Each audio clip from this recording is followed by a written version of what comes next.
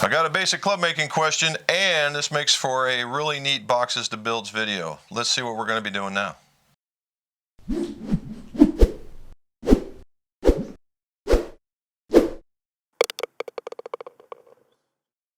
Welcome back to the McGolf Shop. Jim McCleary, most awarded certified club maker, club fitter, where we talk about club repairs, that'll be this one, or club building, club reviews, and club fittings. If you would, like, subscribe, and swing and hit that bell on the bottom, and that way you get more of these videos when they drop. So Ryan sent me some Callaway Apex, still in the plastic. All right, and he sent some Modus. I don't know if you're going to be able to pick that one out or not. Modus 105s in this really cool smoky black color with the red label on it. Does look very cool, Ryan, I have to admit. Fortunately, it's all about swing. He wants swing weight. They're an inch over with lighter heads, mid-size style grips. So all these things play into a balance, right? And so we really want to figure out, how do we get that into swing weighting? Well, because we're not worried about flex because they're taper tipped, we're putting them together dry. Then I put them on a swing weight scale, and then I put the grip on the back end of it, and then we start balancing it out, right, and adding what we need to add.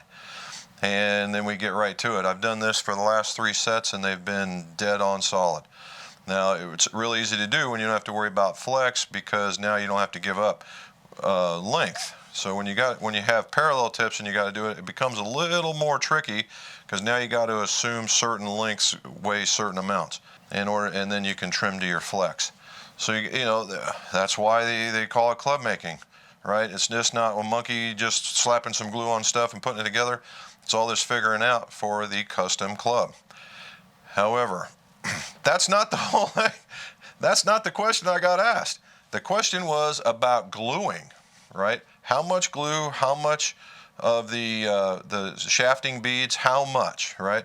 So we're just going to go over gluing a golf club, and we're going to do it in detail, right? And we're going to use these really cool black shafts to show you what's going on. Glue needs a surface to adhere to. Rough is what it needs. Now, not super rough like, 60 grit sandpaper-ish, but right around the 100 grit, right? And that's what I've got on this guy over here, is 100 grit sandpaper. I use it to take off paint off of graphite, light touch, and I use it to take off and rough this up. How do you know what to take off here? Well, that's pretty easy. You get that on there, get yourself, in this particular case, one of those chrome Sharpies. These things are great. Make yourself a line, and basically, that's where you're at.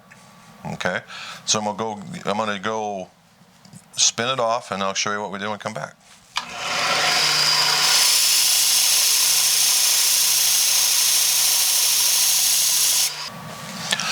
All right, so there you see it. I'm gonna let it sit there and kind of focus. And as you can see, it's been sanded. It's got roughness. Now, how come I don't go any more than that line? It's kind of a practice. I don't like going past that, because that's the end right here. Yeah, you can go a little bit more or even a little bit less, but not by much. And just use that, because everything goes in that 1¼ inch stuff where you have enough of that shaft that is being grabbed by the glue, so this stays on.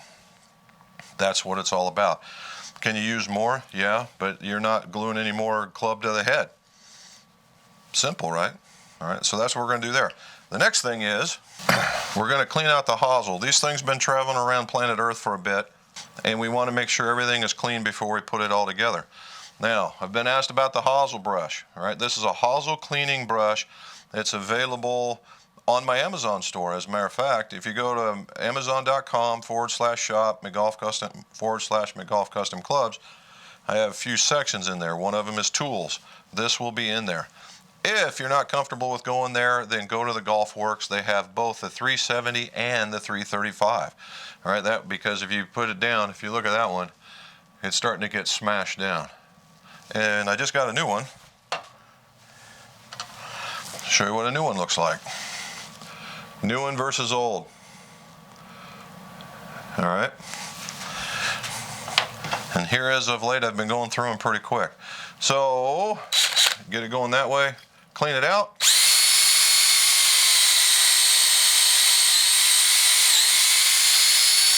Stuff coming out. I always reverse it because it's a little more aggressive going the other way. All right, making sure nothing's in it. Now in this one, I'm sure you'll be able to see it. See if we can get it maneuvered. There you go. You see that little second ring that's in there? That's the shoulder. Now, what are we gonna do with that? Well, on steel, we're in pretty good shape, but when you're in graphite, you really wanna make sure that you have a very good fit. Well, which we're gonna have anyway. So we have the collared ferrule, right? You see that shaft? That's gonna sit in there just like that. All right, good little fit. It's gonna look pretty good on the club. And to throw in one more thing from the swing weighting we were talking about, this has to go in there. And so I'm gonna have to put that in there to be tight. So we have all that, right? And this is just getting started. This is just the first club. Imagine doing it to all 11 that I have to do. So we're gonna mix the glue up. We're gonna talk about shafting beads, and then you're gonna watch me put it together. So let me move you. I just use an old box, an old shaft box I got, and they're virtually this wide, and I just cut them into squares. Now this is a 50-50 epoxy, meaning 50 of the epoxy and 50 of the hardener. And since I've got 11 clubs to do, I make 11 about 1-inch lines. One.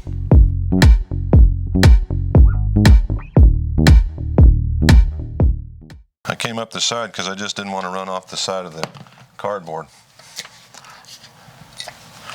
Now 11 of these.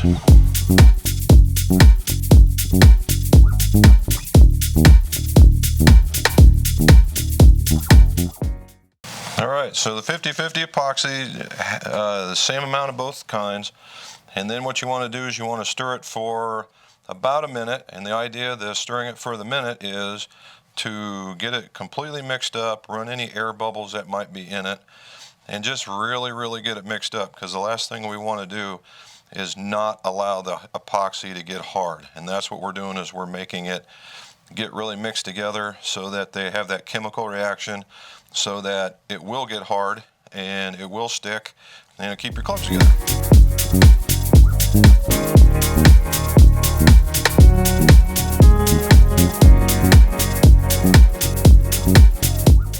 All right, so we got that amount done. Now we want to use shafting beads.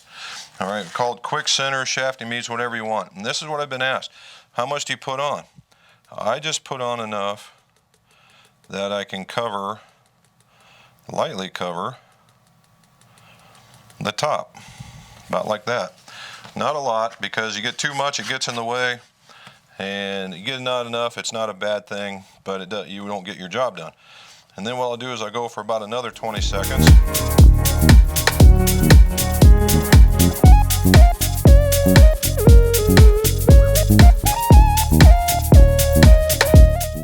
There we go, now we're ready to go. You want to get a little bit, here's tip number one, you get a little bit on the edge, and we are going to throw our ferrule on there. All right, if you ever get any of that stuff on your hands, either get it off with this quick or go wash your hands, because it'll go everywhere. All right, well, I'll push this down a little bit. All right, now we got this. We don't want this to, we want this to fit in here. So what I'm going to do is I'm going to go off camera. I'm going to pound it down in there with a hammer. Matter of fact, you might be able to see it. I got to get it started a little bit. There we go. There. Now I just put this on the sander and take off the edge. Go. And there you go. You got it all the way in there. Now all we have to do is push it down the rest of the way.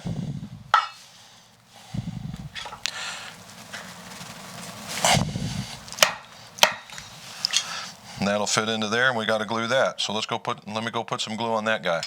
So I'm going to put a little bit of glue on it. And they say, how much glue is too much glue? Well, that's about all you're going to need right there. All right. Now you can do it one of two ways. You can spin the head, or you can spin the shaft. And you pull it out, and you see how it's nice and glue covered on the inside. A little more of a dab. And there you are. And then you just wipe off all the excess. All right, so all you do is finish wiping it down, making sure that we're not going to have any spacing in between the ferrule and the hosel. And then we just put some tape on it to prevent some ferrule creep or even head movement. Then we don't disturb it for 24 hours, or at a bare minimum 18. That way it has a chance to cure, has a chance to get a little harder, gets into a working condition for us to be able to mold the ferrules and do whatever else we want to do. All right, you saw where we put the glue together, and the idea was that it had to get hard gelled, not necessarily cured, because cured is a 24-hour time limit. Remember we talked around 12 to 18 hours is where you want to be. Well, it's been probably 14, 15 hours now, and this is what I got left over. A little much, but better than nothing. Listen. All right, it's hard. The other part is you want to feel it. You see how nothing is being left over on my hands, and just all we're doing is that. So we had a real good mix. That's the idea. That's the reason why you keep that, okay? You want to keep it because if it's gooey and it hasn't gelled, then you know you're going to have problems with your assembly, and you're going to want to start taking that stuff apart. Otherwise, unhappy golfers. All right, the other part is when we talk about too much, right, we always put this in between here in order to make sure that it doesn't creep, and that's what we want, and to help with making sure that nothing really starts getting oozing out. Now, as you guys have seen this before, because this is a darker shaft, we're going to use the tape and we're going to finish the ferrules, and life's good. Oh, one thing. I really like getting these boxes to build because a lot of people will pack newspapers in there. And, you know, I've had stuff from Japan, and you get to see what the important stuff is in Japan. And this one that came from California has the Manila Bulletin. The Manila Bulletin. And it's from 1998. And the reason why it caught my eye is because it talks that Bruce Fleischer won the BC Open. Right there. He won the BC Open. BC Open doesn't exist as far as I know. And Bruce Fleischer, he's either fishing or he's on the senior tour. So it was pretty cool. And he was competing with Chris Perry. So it's really neat to see some of the different things that you might see that come through here. It's like a little trip through history. It's pretty cool. Okay, guys, so if you have any, other of these types of club making questions, just put them down in show notes, and I'll put them on my list of things to do. And when these boxes to builds or some other type things come up, we'll address them. Okay, we'll address them. So leave them down there. And as always, let's see your scores go low.